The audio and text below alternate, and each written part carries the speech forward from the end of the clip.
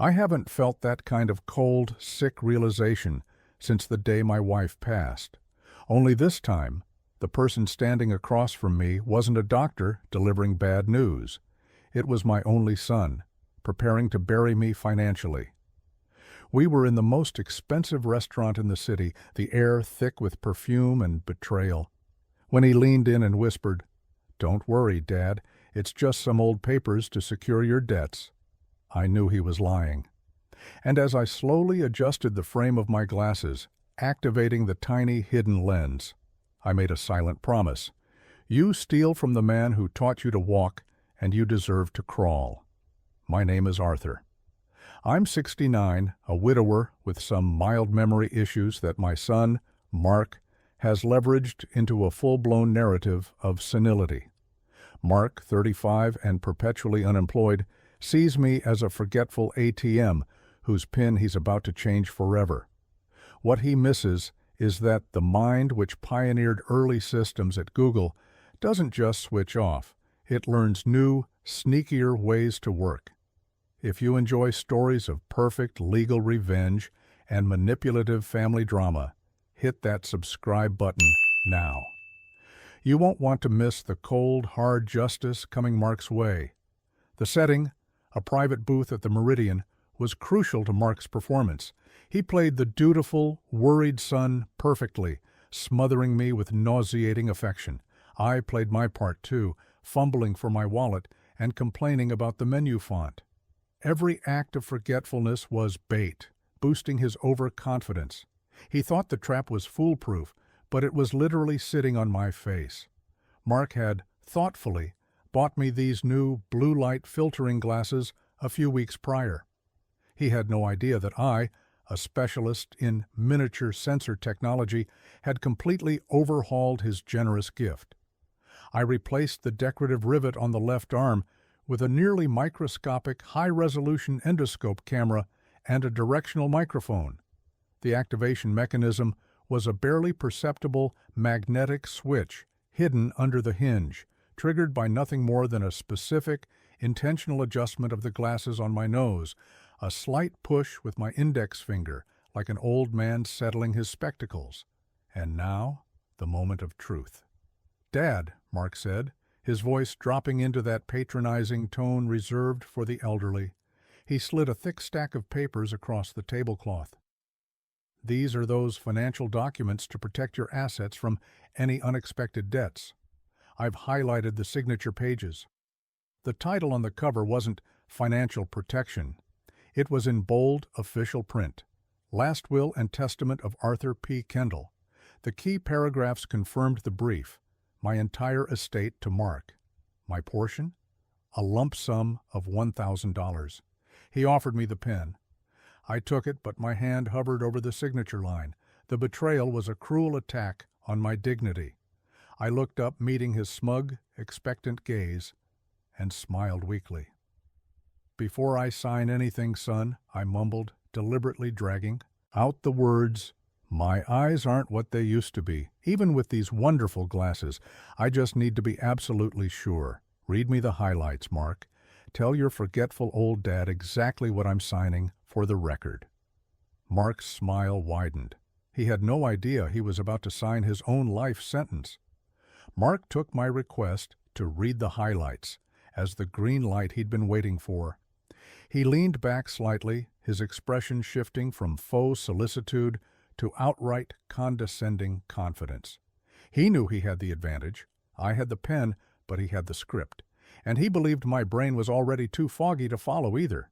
"Absolutely, Dad. For the record," he said, the words dripping with mock professionalism, giving a slight dismissive nod to my need for an audio archive.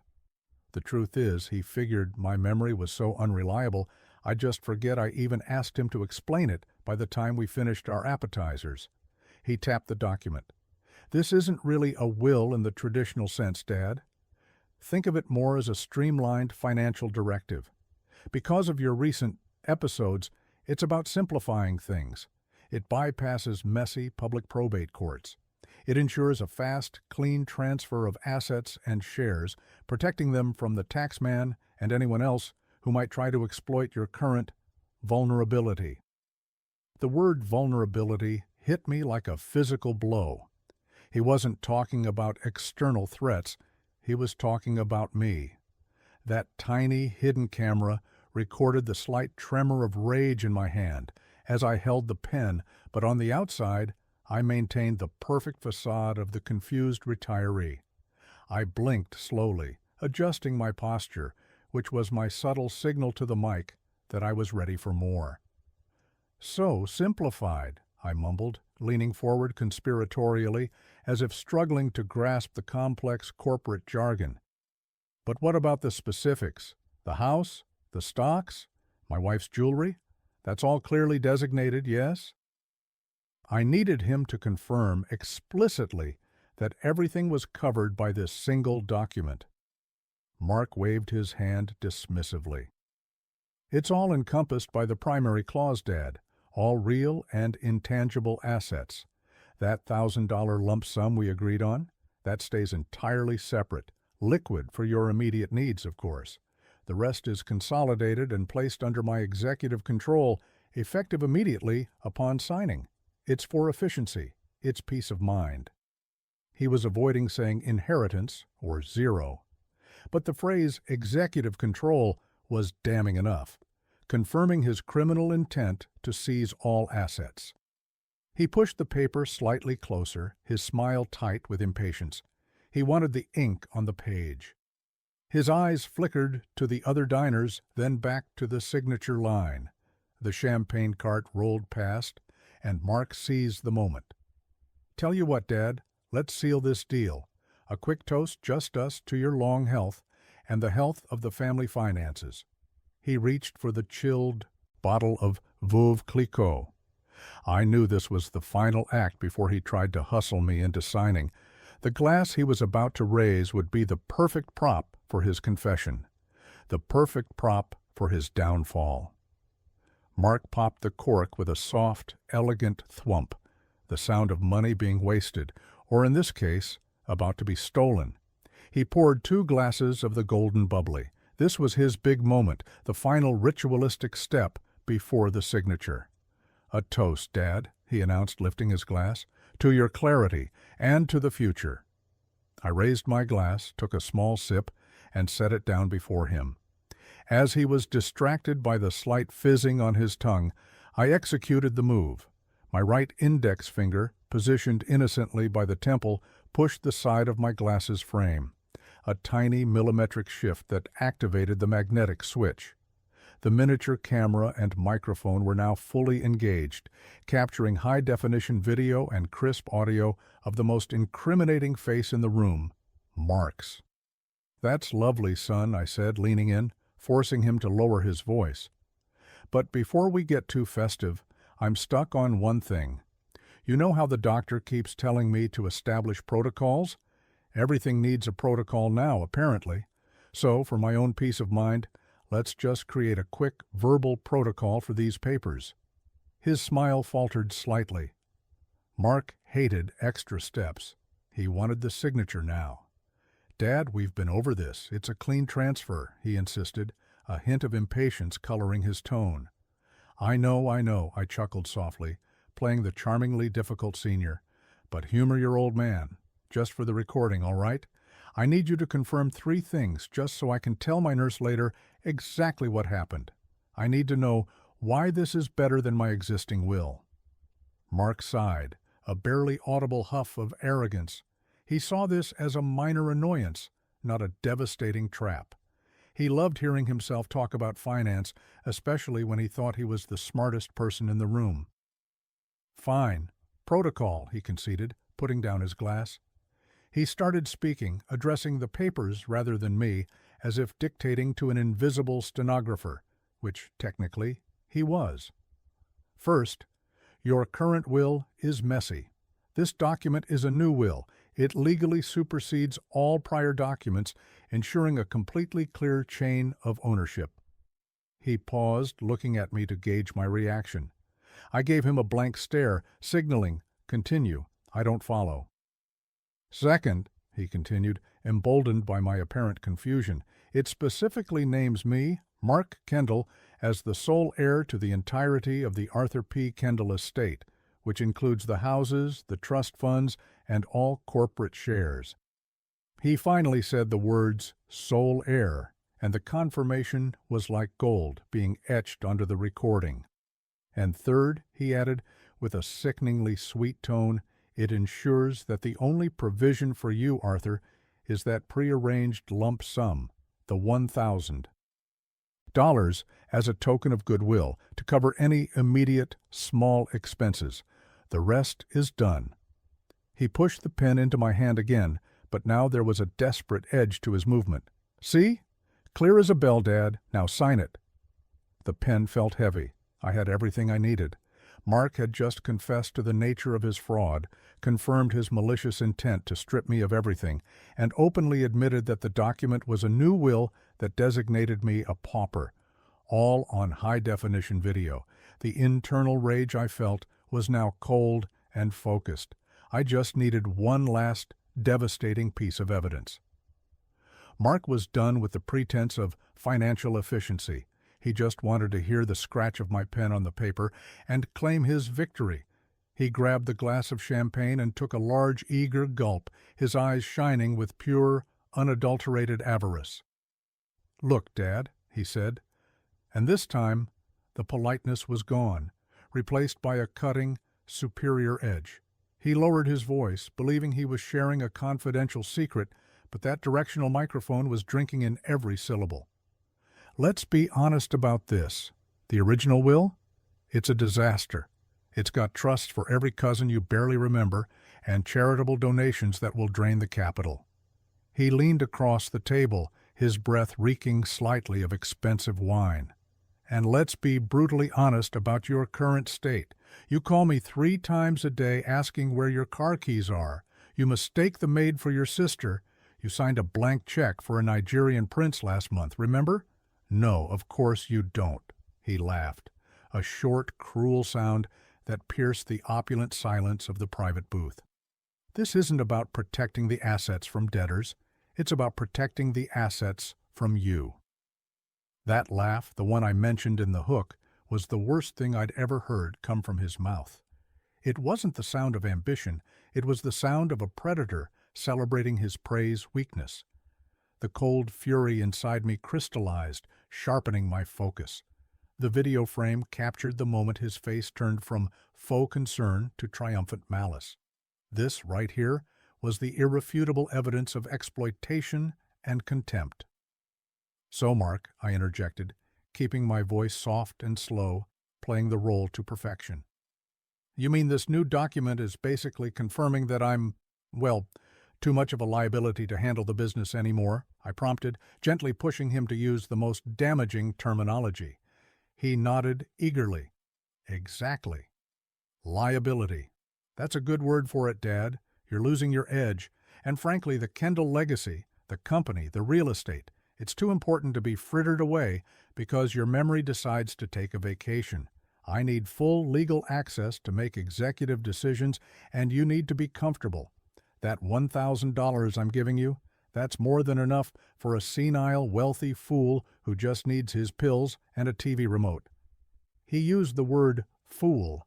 He said it clearly, looking right into the lens of the camera he gifted me. The tape was gold. I had the complete narrative, the document's true nature, the sole beneficiary, the specific terms, and his explicit malicious intent to exploit my perceived cognitive decline. Mark picked up the pen and placed it back in my hand. "Come on, Dad. One signature. It's done. Peace of mind for both of us."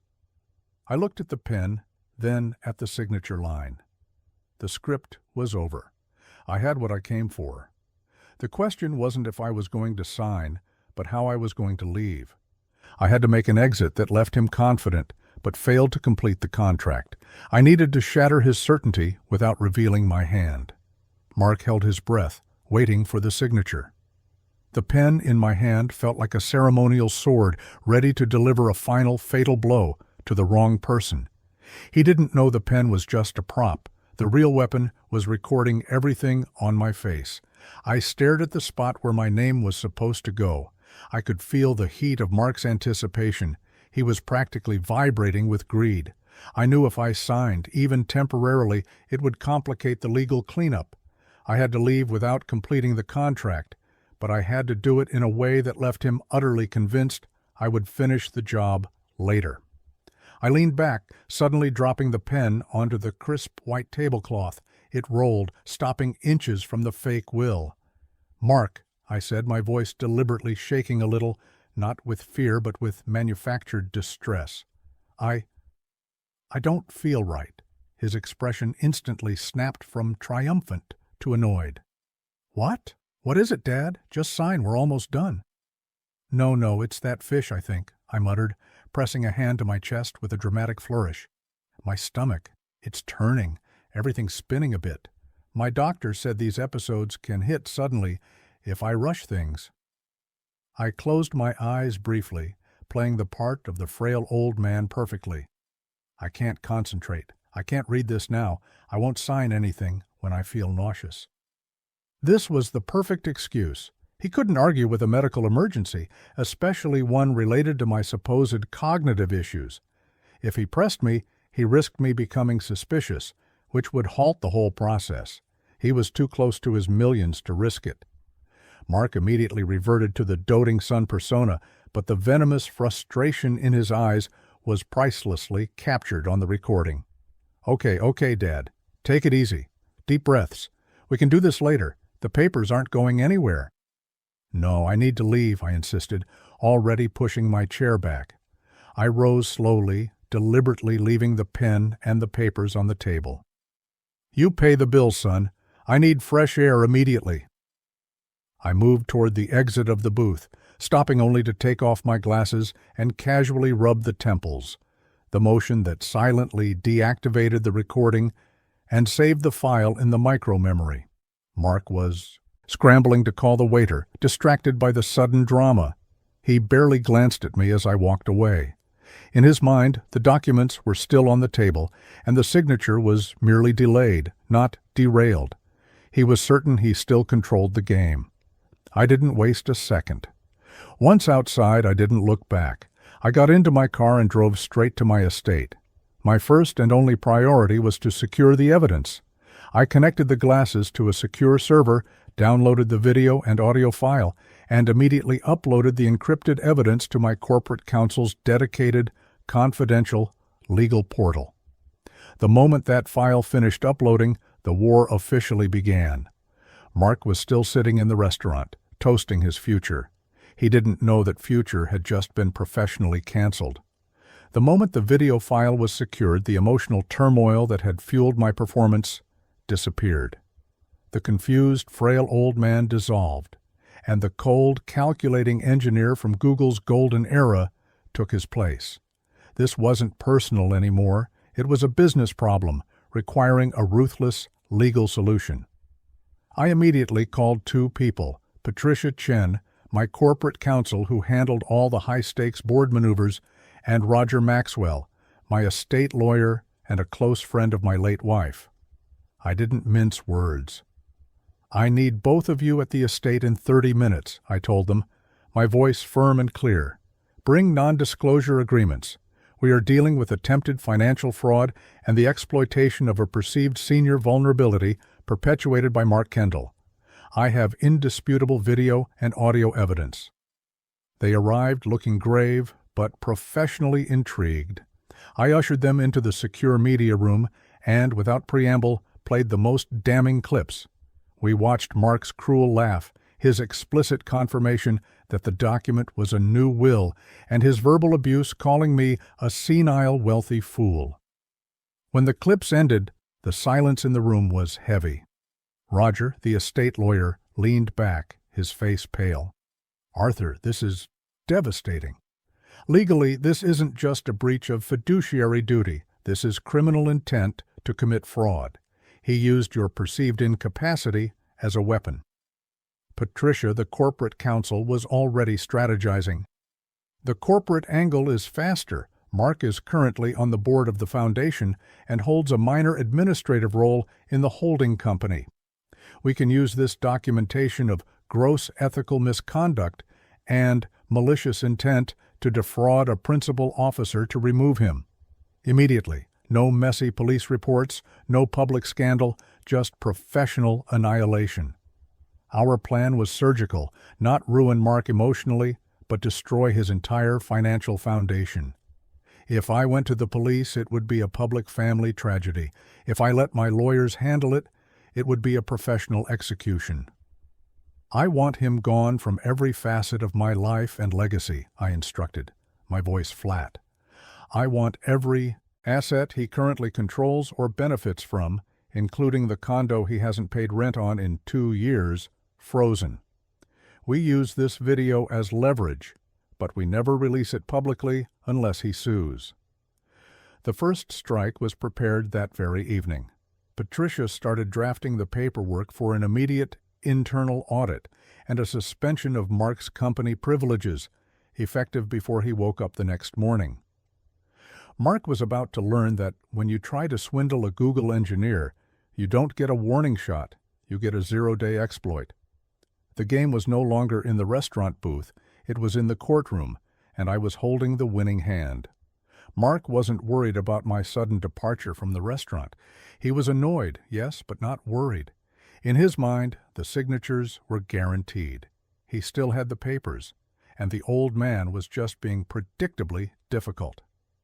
He called me later that evening, his tone a sickening blend of fake concern and impatience. "Dad, are you feeling better? Look, those papers. I'll come by tomorrow. We can finish the signing then. I need to get this off my desk." I let the call go to voicemail and sent him a simple, non-committal text. "Tired. Need rest. We'll talk." This small, vague message was critical. It kept him hooked, convinced I was still manageable, and that his window of opportunity hadn't closed. He was so busy celebrating his near victory with his friends, he missed the first devastating punch. The next morning, the first legal hammer dropped. It wasn't a police siren or a court summons. It was a terse, emotionless email from Patricia Chen, my corporate counsel. The subject line, "Immediate suspension of access and internal review." The email stated that due to discrepancies noted during routine quarterly asset reviews, an immediate comprehensive internal audit was being launched into all financial operations under Mark's nominal administrative control. All his corporate credit cards were deactivated, his company phone and laptop access were remotely locked, and his key card to the foundation offices was canceled. Mark's initial reaction, I learned later from my private investigator, yes, I hired one, wasn't panic. It was indignation. He called Patricia immediately, screaming about a clerical error. He genuinely believed this was just typical corporate red tape, or maybe something I, the senile fool, had accidentally triggered by confusing my passwords. He didn't connect the corporate lockdown with the fake will. Why would he? His scheme was personal, not professional. He believed his business assets were untouchable. He dismissed the email telling his wife that evening, "It's fine, just Arthur's sloppy paperwork catching up to me. I'll smooth it over next week once he signs the real papers." But the loop was tightening. That same afternoon, Roger Maxwell, the estate lawyer, sent Mark a registered letter. It was polite, but deadly. It informed Mark that the maintenance fees for his luxury condo, the one I owned and let him live in rent-free, were no longer being covered by the Kendall Trust as of 5 p.m. today. The letter was a formality before eviction proceedings could legally begin. For the first time, a flicker of genuine worry crossed Mark's face, according to the PI's report. This wasn't corporate bureaucracy, this was hitting his lifestyle directly. He still didn't suspect the glasses. He still thought he was winning, just dealing with some annoying procedural hiccups caused by his unstable father. His arrogance was a self-imposed blindfold, and it was leading him straight to the cliff. The silence from me was the final element of the trap. I didn't return his frantic calls, allowing his paranoia to grow, but not enough to suspect the camera. I needed him completely distracted by the immediate, smaller financial hits, ensuring he was completely blindsided when the real judgment day arrived. Mark's initial concern about my health lasted roughly 12 hours. Once he realized I wasn't returning his calls and the nausea excuse had bought me silence, his confidence returned full force. He convinced himself the temporary corporate freeze was a separate issue, a bureaucratic hiccup that would vanish once the will issue was sorted. His ego was too massive to consider the possibility that his father, the man he called senile, was actively dismantling his life. He tried to visit the estate the next day, but my security detail, acting under strict instructions from Patricia Chen, politely informed him I was resting and unavailable for visitors. "Tell him I need to sign those papers. It's urgent for the trust," Mark demanded at the gate, according to the security report. The guard's reply was perfect. "Mr. Kendall's legal counsel advises that all financial inquiries must go through Ms. Chen. Have a nice day."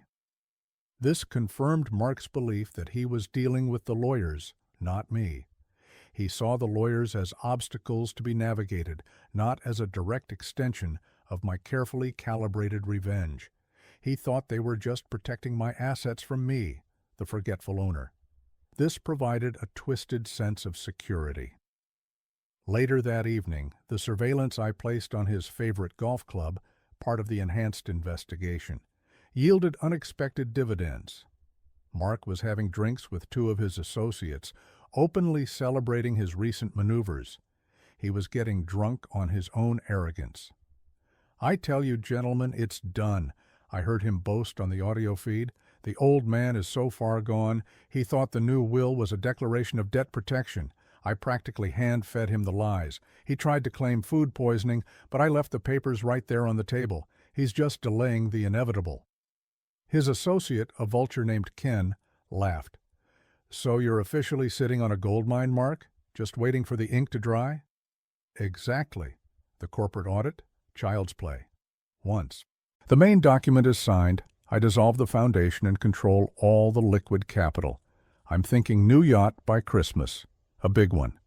The old man will be sitting in the condo, well, not even the condo, I'll sell that, somewhere comfortable, doing crossword puzzles with his $1,000. His explicit statements, confirming his plan to dissolve the foundation, outlining his financial timeline, and revealing his contempt for my comfort, were all captured. This supplementary evidence sealed the deal, demonstrating that Mark was not just greedy, but intent on destroying my charitable legacy and leaving me effectively homeless. It was the final nail. The next morning, the corporate trap was sprung. Patricia Chen scheduled a mandatory urgent meeting of the Foundation Board of Governors, a board Mark still nominally sat on. The meeting was to address the irregularities found during the initial audit. Mark, believing this was his chance to argue his way back into access, eagerly confirmed his attendance. He showed up looking smug, dressed in his most expensive suit, ready to charm his way through the boardroom drama. He thought he was walking into a debate. He was actually walking into his execution, and I was going to deliver the eulogy. The Foundation Board meeting was held in the largest, most intimidating boardroom of my corporate offices, a room Mark had only been in twice, and always as a quiet observer. He strode in precisely on time, looking calm, but the slight tremor in his jaw betrayed his internal stress. He saw Patricia Chen, Roger Maxwell, and 3 other high-ranking board members already seated. Then he saw me. I was sitting at the head of the immense mahogany table, not slumped, not confused, but absolutely straight. I wore the same perfectly tailored suit I'd worn to the restaurant, and most importantly, I wore the same blue light filtering glasses he had gifted me. His smug expression instantly dissolved into pure confusion. He stopped dead in his tracks. "Dad? What are you doing here? You're supposed to be resting." I smiled, a calm, utterly cold smile that held no warmth whatsoever.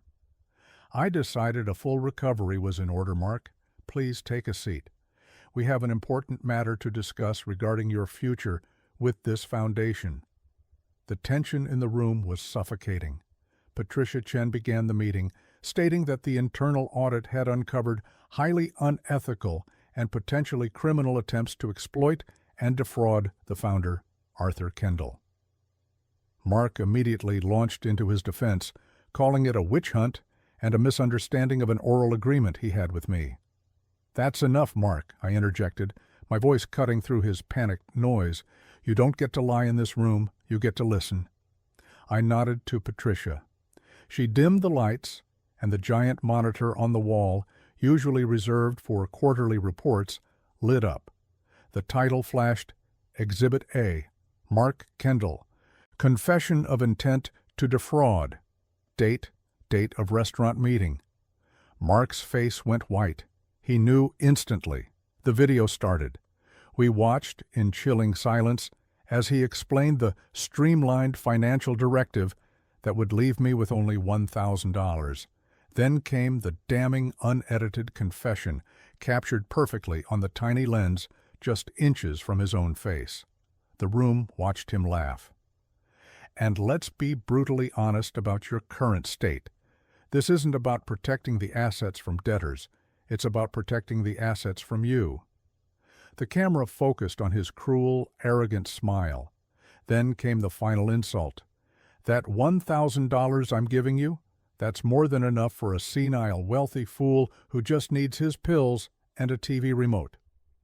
When the clip ended, the silence was deafening, broken only by Mark's choked gasp. He stumbled, grabbing the back of his chair for support. He looked at the glasses on my face, then back at the screen, and the realization of the sophisticated, deliberate trap hit him like a physical blow. "The glasses," he whispered, his voice trembling. "You engineered them." "You bought the shell, Mark," I replied, my voice hard and steady. "But I installed the logic. You saw a vulnerable old man. I saw a chance to document a crime. You brought the weapon, and I made it shoot you in the foot." Patricia Chen immediately stood up and delivered the final blow. Due to irrefutable evidence of gross ethical violation and attempted financial fraud against the founder, the board has voted unanimously to terminate your employment, remove you from all corporate committees, and initiate legal proceedings to recover all misappropriated funds and assets. Effective immediately, you are banned from all Kendall properties. Mark tried to plead, to cry, to apologize, but there was no listening to him. He was no longer my son. He was a defeated opponent in a game he thought he could cheat. The execution was swift, clean, and irreversible. Mark was escorted out of the building by security. He was stunned, silent, and defeated. I watched him go, feeling no triumph, only a deep, cold sadness for the son I thought I had raised. That moment was the true funeral for the family unit. The legal fallout was swift and absolute. My lawyers moved with surgical precision. The eviction process for his luxury condo started immediately. The debts he had amassed using his nominal corporate cards, all legally documented as Mark's sole responsibility. His reputation in the city's financial circles was non-existent. He didn't just lose his money, he lost his source of income, his social standing, and his future prospects, all based on the irrefutable video evidence. He tried to sue for wrongful termination, but the video was enough to stop the case dead in its tracks. He had nothing left to fight with. As for me, the victory brought not rest, but peace. The stress of watching Mark's slow, entitled decay had been far more exhausting than the elaborate revenge I planned. With the shadow of betrayal lifted, my memory issues actually seemed to ease. It turns out chronic worry is worse than age. I honored my late wife's memory in a way that truly mattered. I established the Eleanor Kendall Foundation for Engineering Education. I poured the majority of my liquid wealth into this fund, supporting young people who demonstrate passion and integrity, the qualities Mark so tragically lacked. I kept enough to live comfortably, of course, but the process of building a new legacy felt far more rewarding than simply hoarding capital. I went back to tinkering. I didn't return to the corporate world, but I set up a private, state-of-the-art lab in the estate's west wing. I began traveling again, not with the worry of who was stealing from me, but with the curiosity of an engineer exploring the world's new frontiers. I'm 70 now, living better, sharper, and far more honestly than I have in years. I learned the hard way that sometimes the greatest love a parent can show is the discipline to stop enabling a toxic and destructive path. The silence from Mark is final. The only thing I sent him was a final notification that a small trust was set up in his name, just enough for basic living expenses if he ever completes a full year of gainful employment. A tough love incentive to finally stand on his own 2 feet. I don't expect him to take it. I look at those blue light glasses sometimes. They are a monument to the perfect, clean, and devastating power of documentation. Never underestimate the quiet ones, especially the ones who know how to build the quiet tools. What do you think? Did I do the right thing by using the law and technology to execute such a complete and final form of justice? Or should I have been more forgiving of my own son's greed? What would you have done in my place? If you want to hear more jaw-dropping, true stories of betrayal, brilliant revenge, and ultimate justice, make sure you hit the like button, subscribe, and leave your comment below telling me what you think. Thank you for listening.